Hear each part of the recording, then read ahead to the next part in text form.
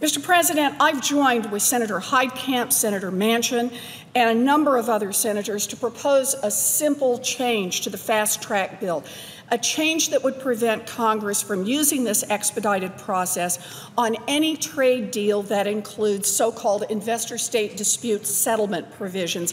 And I come to the floor today to urge my colleagues to support this amendment. ISDS is an obscure process that allows big companies to go to corporate-friendly arbitration panels that sit outside any court system in order to challenge laws they don't like. These panels can force taxpayers to write huge checks to those big corporations with no need to file a suit in court, no appeals, and no judicial review. Now, most Americans don't think that the minimum wage or anti-smoking regulations are trade barriers, but a foreign corporation used ISDS to sue Egypt after Egypt raised its minimum wage. Tobacco giant Philip Morris went after Australia and Uruguay to stop their rules to cut smoking rates. Under TPP, companies could use these corporate-friendly panels to challenge rules right here in America. It wasn't always this way. ISDS has been around for a while, and from 1959 to 2002, there were fewer than 100 claims in the whole world. But boy, has that changed. In 2012 alone, there were 58 cases. Corporate lawyers have started figuring out just how powerful a tool these panels can be for corporate clients. Huge financial penalties in these cases that these cases can impose on taxpayers have already caused New Zealand to give up on some tough anti-smoking rules. It's already caused Germany to pull back from clean water protections, and it's caused Canada to stand down on environmental protections. If that worries you, you're not alone.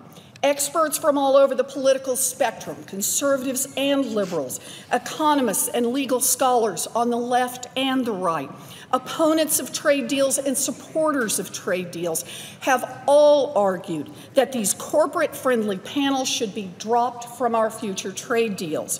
Former Secretary of State Hillary Clinton said that we should not give, quote, investors the power to sue foreign governments to weaken their environmental and public health rules, close quote.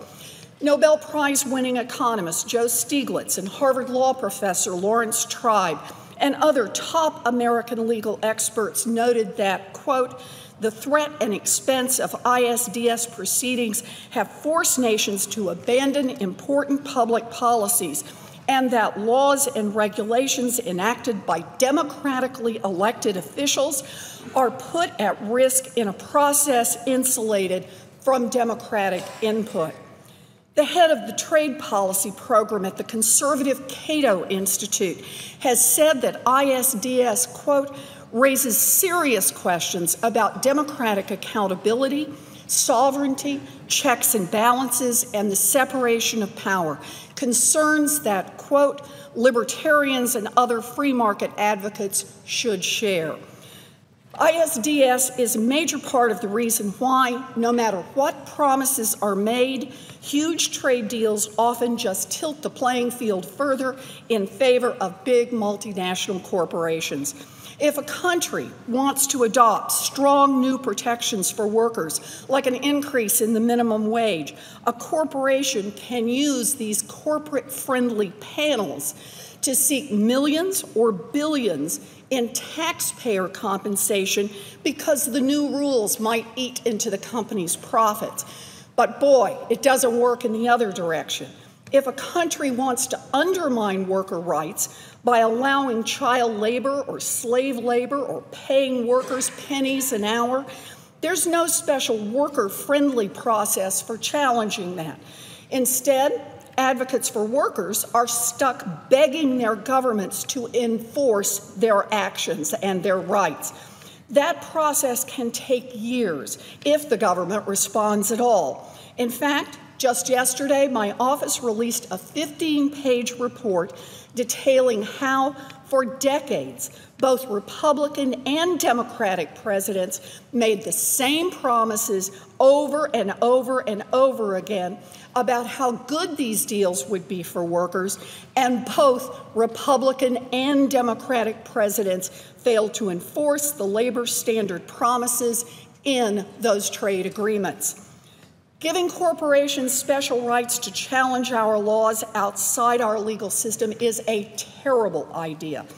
Experts from every place on the political spectrum have concluded that it's unfair, it undermines the rule of law, it threatens American sovereignty, and it creates an end run around the democratic process. I urge my colleagues to support this amendment so that we can keep these corporate-friendly panels out of future trade agreements. Thank you, Mr. President. I yield.